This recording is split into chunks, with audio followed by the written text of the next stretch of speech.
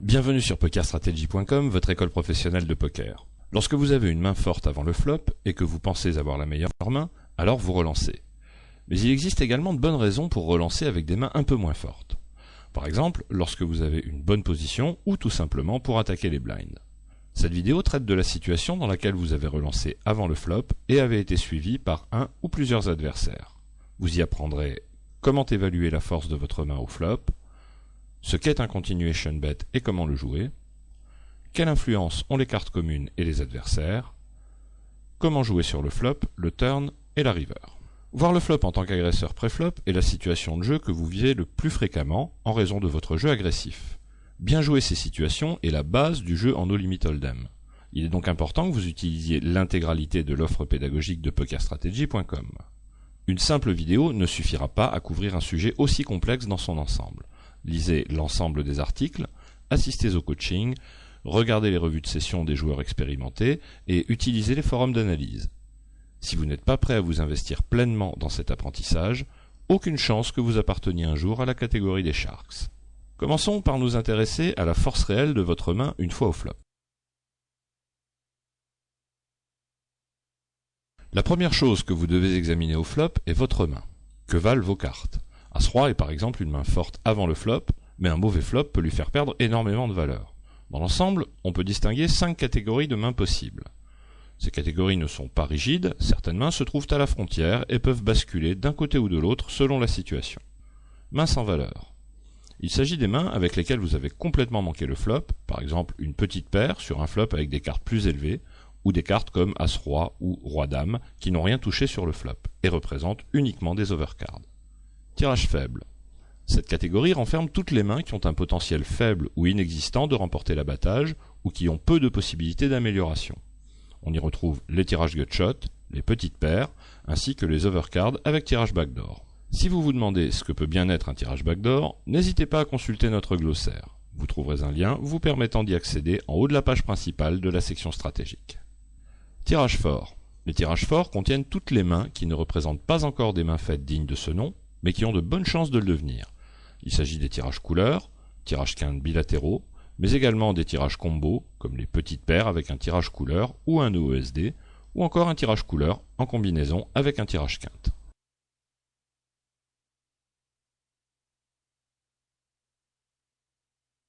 Mains faites moyennes. Les mains faites moyennes sont les mains relativement fortes qui peuvent souvent remporter l'abattage. Il s'agit de toutes les paires fortes, que ce soit top pair avec un bon kicker ou encore over pair. Le problème avec ces mains, c'est qu'elles sont fortes mais pas invulnérables. Elles peuvent être rattrapées sur les tours d'enchères suivants. Lorsque cela arrive, vous êtes en général loin derrière, par exemple si vous avez une overpair et qu'un tirage couleur se réalise. Main faite forte. Cette catégorie est celle des monsters. Cela va de la double paire à la quinte flush royale, en passant par les quintes et les brelans. Bien sûr, la force véritable de votre main dépend des cartes communes et du nombre d'adversaires. Une bonne main faite se distingue en ceci qu'elle est presque assurément la meilleure main et qu'elle sera très difficile à rattraper.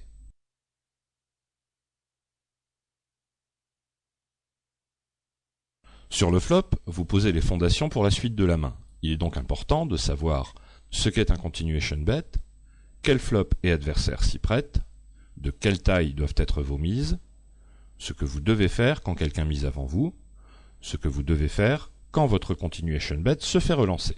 Qu'est-ce qu'un continuation bet? Rien de plus simple. Il s'agit d'une mise qui continue l'agressivité montrée avant le flop. Vous avez relancé avant le flop est distribué et vous misez à nouveau. Voici ce qu'est un continuation bet, également appelé conti bet. En principe, une mise peut répondre à 3 objectifs. Vous souhaitez pousser tous les joueurs à se coucher et ainsi remporter le pot directement. Vous avez une main faite et souhaitez la protéger contre les tirages, c'est ce qu'on appelle la protection. Vous avez une main faite et souhaitez soutirer de l'argent aux mains inférieures, c'est ce que l'on appelle la maximisation de la value. Le continuation bet en tant qu'agresseur pré-flop est un move standard en No Limit Hold'em. Il peut s'agir d'un bluff, mais également d'une main faite. Cela signifie que vous ferez souvent des conti-bets, même lorsque vous n'avez rien touché. Bien sûr, tous les flops et adversaires ne s'y prêtent pas. Si l'adversaire se couche rarement au flop, alors un conti-bet de bluff a un intérêt très limité. Si le flop est ainsi fait qu'il aide beaucoup de mains différentes, par exemple lorsque beaucoup de tirages sont possibles, alors vous pouvez également y renoncer. Pour un conti-bet de bluff, il y a les bons flops et les mauvais flops.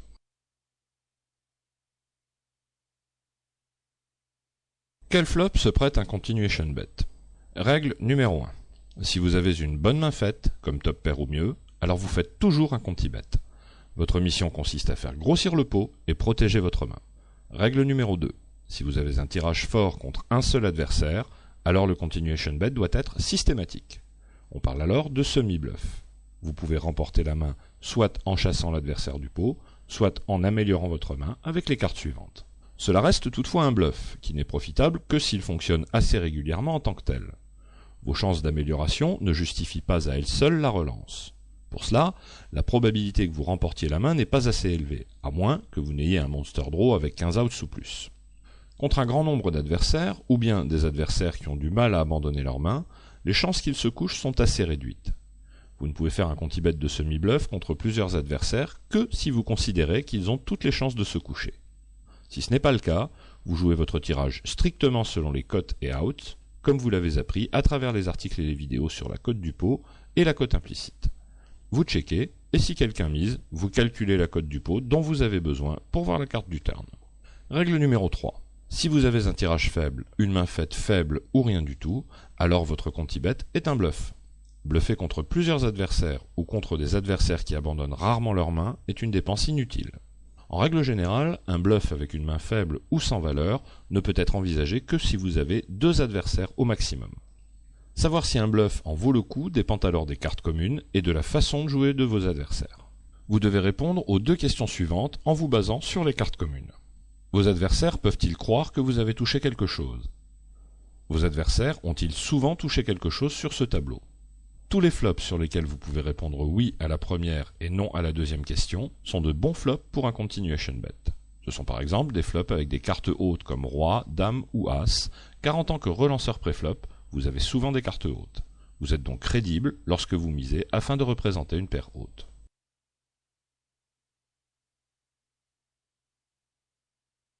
Voici quelques exemples de flops sur lesquels un continuation bet est justifié, même si vous n'avez rien touché. Comme vous pouvez le voir, un bon flop est un flop qui aura aidé peu de mains. Il offre peu de possibilités de tirage et peu de chances d'être face à une main faite forte. Sur un bon flop, vous pouvez représenter une main forte, tandis que votre adversaire a rarement les cartes suffisantes pour tenter quoi que ce soit, même s'il est persuadé que vous bluffez. Sur le premier flop, un OESD avec 4-3 est le seul tirage fort possible. Il n'y a pas non plus énormément de mains faites fortes possibles. Les quelques doubles paires envisageables, 5-2, Roi-2, Roi-5, ne sont pas vraisemblables, dans la mesure où votre adversaire a suivi une relance avant le flop. Un brelan de 5 ou de 2 ou une top paire de Roi sont les seules mains fortes que votre adversaire pourrait avoir touchées. Ce n'est pas grand-chose et votre adversaire aura rarement une main avec laquelle il pourra jouer. Le deuxième flop est du même type. Aucun tirage fort possible, et là c'est le Roi, vous permettent de représenter une bonne main de manière crédible. Cela vaut pour le troisième exemple également, à cela près qu'ici, vous pouvez représenter au mieux une overpair. Votre adversaire vous croira donc moins souvent. D'un autre côté, un tel flop aura très rarement aidé qui que ce soit.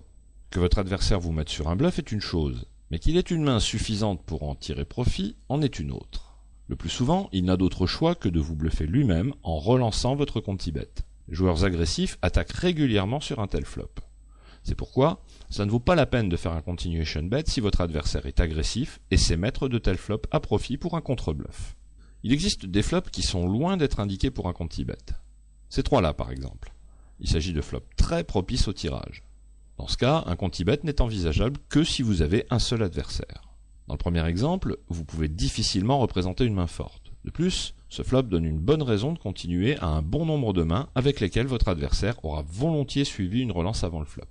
Votre adversaire n'abandonnera pas une paire moyenne ou un bon tirage sans livrer bataille. De plus, vous ne pouvez rien représenter, alors que votre adversaire aura souvent touché quelque chose de jouable. 2 raisons qui font que ce flop ne se prête à un conti bet que contre un adversaire adéquat. Ça vaut également pour les autres exemples. Ces flops aident beaucoup de mains. Votre adversaire pourrait d'ores et déjà avoir double paire ou une quinte. Il peut avoir touché un tirage quinte, un tirage couleur ou une paire avec un gutshot. Bien sûr, il peut avoir manqué le flop, mais c'est assez souvent le cas contraire. Avec de telles cartes communes, vous pouvez la plupart du temps abandonner votre main et attendre une meilleure situation.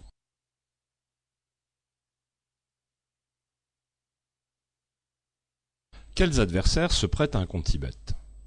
Il y a différents types d'adversaires et chacun d'entre eux réagit différemment face à un continuation bet. En gros, on peut différencier 4 types de joueurs.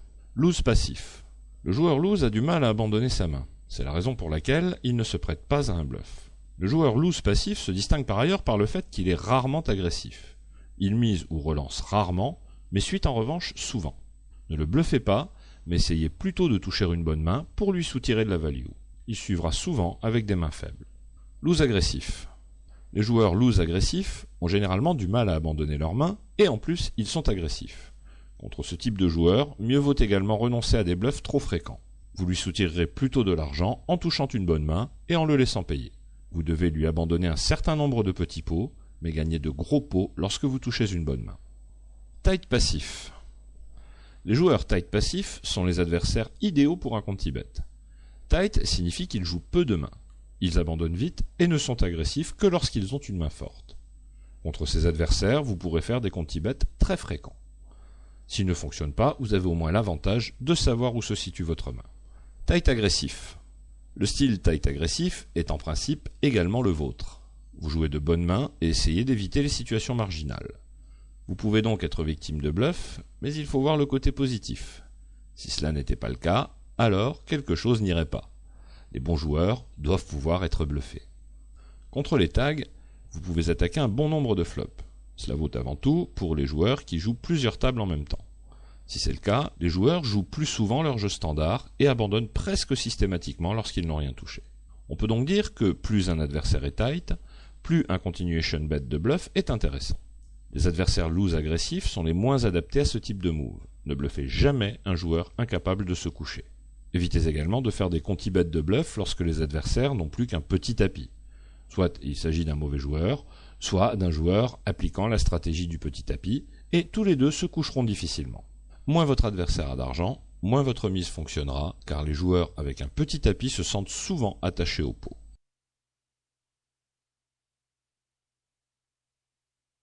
Une fois que vous avez décidé de miser, reste à savoir combien vous misez. En règle générale, on peut dire que plus le flop est mauvais, c'est-à-dire plus il y a de tirages possibles, et plus vous avez d'adversaires, plus votre mise doit être élevée. Votre mise doit toujours osciller entre la moitié du pot et la hauteur du pot, la valeur standard étant 2/3 du pot. Contre deux adversaires avec une possibilité de tirage couleur au flop, vous pouvez miser à hauteur du pot afin de protéger votre main au maximum. Vous allez rarement bluffer dans cette situation.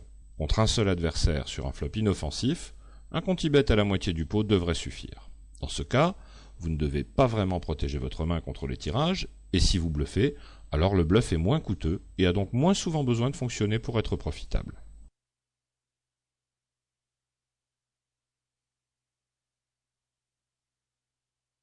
Les choses ne se déroulent pas toujours aussi aisément que dans les situations présentées auparavant, où tout le monde check sur le flop et où vous pouvez tranquillement réfléchir si vous voulez faire un conti-bet ou non. Il arrive également régulièrement qu'un adversaire mise avant même que ce soit votre tour de parler. On appelle une telle mise un donk bet. Votre réaction dépend alors de la taille de la mise adverse. Vous avez un seul adversaire et il mise très peu par rapport au pot, souvent entre 1 et 3 big blinds. Cette mise indique souvent une main allant de faible à moyenne. Si l'adversaire a un petit stack de moins de 2 fois et demi le pot, alors un bluff ne vaut pas le coup. Il se sent souvent pot committed et n'abandonnera quasiment jamais. Dans cette situation, vous ne jouez que les mains faites et les tirages forts, en relançant directement. Si votre adversaire a un stack moyen, alors vous pouvez tout à fait relancer avec une main plus faible. Pour ce faire, il est impératif qu'il ne soit pas trop loose, et vous devez également être certain qu'il ne fait pas ça afin de provoquer une relance. Un petit donk bet pourrait bien être un piège. Prudence donc. Vous avez un seul adversaire et une mise assez haut. Dans ce cas, vous devriez jouer les mains faites, top pair, top kicker et plus, et les tirages forts en les relançant et coucher le reste. Vous avez plusieurs adversaires. Contre plusieurs adversaires, les bluffs ne sont plus vraiment envisageables. En règle générale, vous relancez avec les mains faites fortes et les tirages forts. Avec les tirages faibles et les mains faites médiocres comme middle pair ou faible top pair, vous pouvez parfois suivre une petite mise. Si vous n'avez rien touché, vous vous couchez. La situation devient plus compliquée lorsqu'un deuxième joueur relance avant votre tour de jeu. Dans ce cas, vous ne pouvez plus jouer que les mains faites fortes, double pair ou mieux, et les tirages combo forts, en particulier tirage couleur plus OESD. Après une mise et une relance, vous pouvez aussi vous séparer de top pair et même d'une over pair.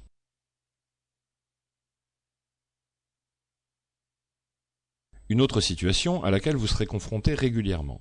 Vous faites votre conti-bet et un adversaire vous relance. Bien sûr, vous devez maintenant abandonner toutes les mains sans valeur, comme les petites et les moyennes paires, ainsi que les tirages faibles. Avec des tirages combo forts comme tirage couleur plus OESD, tirage couleur plus paire lorsque vous tirez pour la quinte ou la couleur max, vous pouvez continuer à jouer agressivement.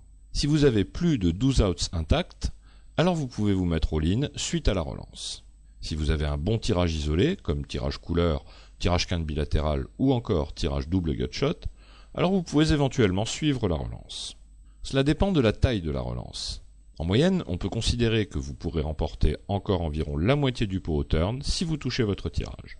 On se base généralement sur la règle suivante. Vous pouvez suivre la relance si vous ne devez pas payer plus des 3/4 du pot actuel, en incluant les mises et relances adverses.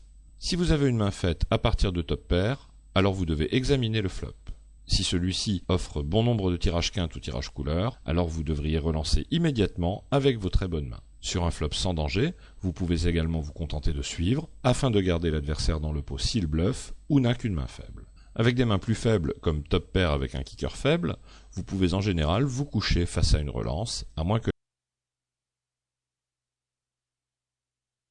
Cet exemple montre que même avec une paire d'as, on peut être confronté à une situation compliquée au flop. Vous avez relancé pré-flop et avez été suivi par deux adversaires. Le flop présente plusieurs tirages possibles. Vous faites un gros conti-bet et le joueur au bouton relance. Votre adversaire peut avoir touché un 7 ou avoir un bon tirage combo, mais il peut également n'avoir qu'une paire de rois. C'est pourquoi le mieux ici est de relancer à nouveau. Et étant donné qu'une relance standard vous rend de toute façon pot committed, vous vous mettez directement all-in.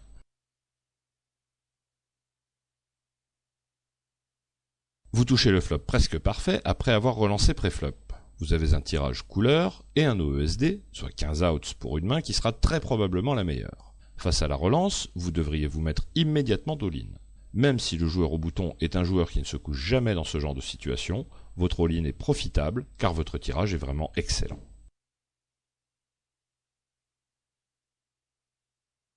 La situation est bien différente ici. Vous avez certes top pair avec un très bon kicker, mais sur ce flop, il y a bon nombre de mains envisageables face auxquelles vous êtes déjà battu. Double pair, brelan, quinte, voire même couleur. Peut-être même un as-10 avec l'as de trèfle. Même si vous aviez la meilleure main, l'adversaire aurait un grand nombre de possibilités de vous rattraper, de sorte que vous ne pouvez pas continuer à jouer cette main. Peut-être vous souvenez-vous de l'adage, des gros pots pour des grosses mains et de petits pots pour de petites mains. Votre main est trop faible pour disputer un gros pot. Continuer ne serait pas profitable.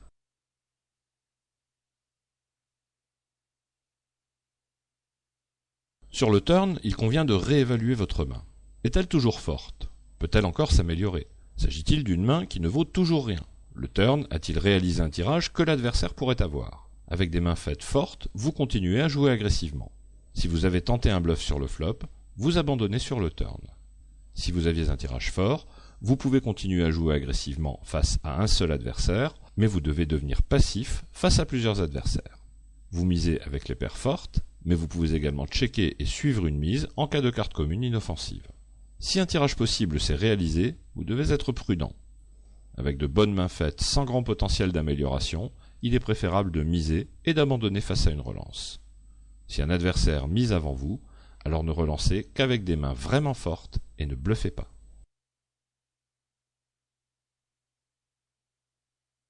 Si votre main est toujours forte, double paire ou mieux, alors vous continuez à jouer agressivement.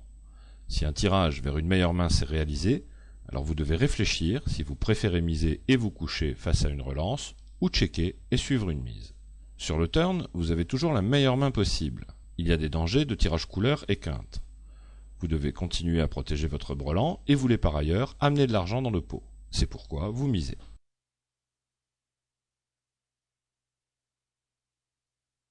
Dans ce deuxième exemple, la situation semble bien moins favorable, mais tout n'est pas perdu. Un tirage couleur et un tirage quinte se réalisent au turn, mais vous avez vous-même encore quelques chances de l'emporter. Vos adversaires n'ont pas forcément une de ces mains. Par contre, l'un d'eux a souvent au moins un cœur et donc un tirage couleur. Vous pouvez donc être encore en tête, mais vous devez protéger votre main. Si vous êtes battu, vous avez encore 10 outs vers un full ou un carré. Il s'agit d'une excellente combinaison entre une main faite forte et un tirage fort, que vous ne pouvez pas jouer passivement ici. En effet, il y a trop de moins bonnes mains qui suivront une mise, et vous pouvez également l'emporter, même si vous êtes battu pour le moment.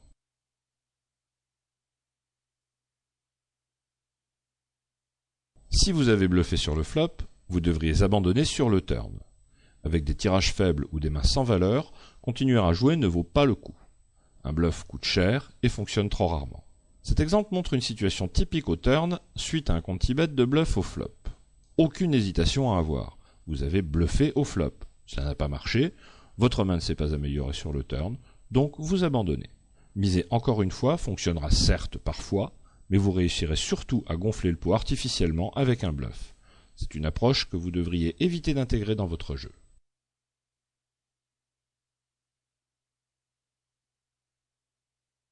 Si vous avez un tirage fort contre plusieurs adversaires, alors vous ne pouvez pas jouer agressivement de manière profitable. Vous checkez et regardez si quelqu'un mise. Si c'est le cas, alors vous devez calculer votre cote du pot et observer ce qui d'un call ou d'un fold est préférable.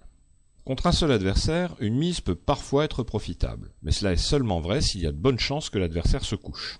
Si ce n'est pas le cas, alors vous devez jouer un tirage également passivement et abandonner si la cote ne se prête pas à un call. Même si votre main a belle allure, il ne reste qu'une carte commune à venir, et la probabilité de toucher votre tirage s'est donc fortement réduite. Avec les paires, vous avez deux possibilités. Vous misez et vous couchez en cas de relance. Sur le flop, une relance peut également signifier un bluff ou un tirage. Sur le turn, en revanche, une relance sera presque toujours le fait d'une main très forte, en particulier aux petites limites. Les joueurs extrêmement loose agressifs, les maniaques, sont une exception. Ils sont si agressifs qu'ils sont en mesure de relancer le turn avec de moins bonnes mains faites, des tirages ou même de purs bluffs. Contre de tels joueurs, une overpair ou une top pair sont toujours jouables si toutefois les tirages forts ne se sont pas réalisés. Vous checkez. Si vous avez la position sur vos adversaires et s'ils check, alors vous pouvez checker. Vous faites un check behind. Vous suivez ensuite éventuellement une mise sur la river en fonction de la carte distribuée. Si vous êtes hors position, vous checkez et suivez une mise. Sur la river, vous devez à nouveau prendre une décision.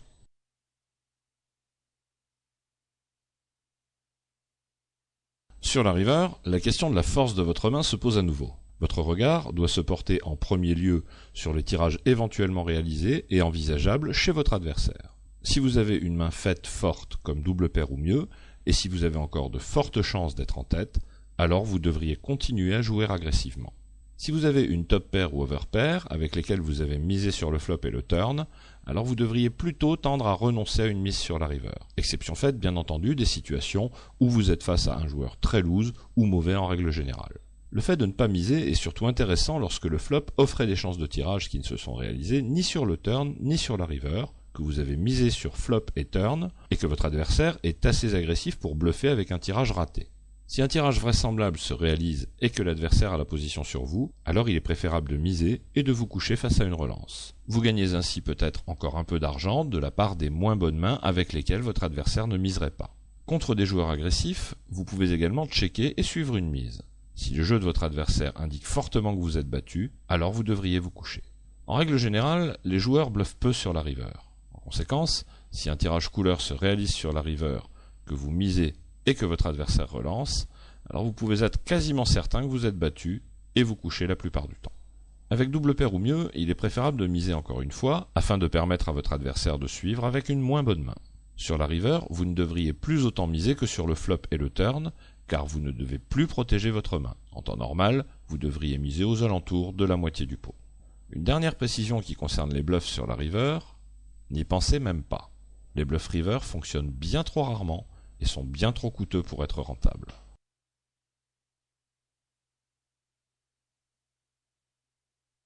Jouer la position en contrôlant son agressivité, telle est la clé du succès au No Limit Hold'em.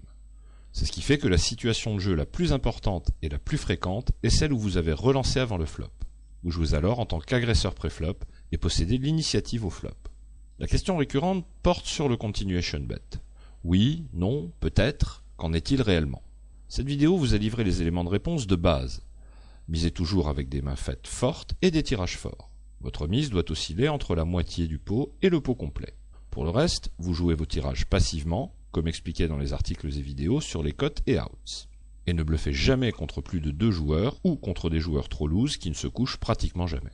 Au turn, vous abandonnez les bluffs. Vous misez encore avec les mains faites fortes. Avec les tirages, vous jouez passivement, conformément à la cote du pot, à moins que la situation ne vous soit favorable. Un tirage fort contre un adversaire capable de se coucher. Avec une paire, hors position, vous devriez tendre à miser. Avec la position, sur un tableau non propice au tirage, vous pouvez également envisager un check. Si vous avez opté pour cette ligne, vous devriez alors suivre une mise sur la river. Si en revanche, vous avez misé sur le flop et le turn avec une paire, alors vous devriez vous contenter d'un check river, à moins que l'adversaire ne soit très mauvais. S'il est assez probable que vous ayez la meilleure main sur la river, alors vous jouez agressivement sur la river. Vos mises doivent être en revanche un peu moins élevées. Vous pouvez vous contenter d'une mise aux alentours de la moitié du pot. Nous en avons terminé avec cette vidéo. Précisons de nouveau qu'il est impossible de traiter un tel sujet en une seule vidéo. Nous vous recommandons par conséquent d'étudier en détail l'article associé qui contient un grand nombre d'exemples illustrant les points présentés ici. La vidéo suivante traite de la situation inverse, à savoir lorsqu'un adversaire a relancé avant le flop et que vous vous êtes contenté de payer. Bonne chance sur les tables.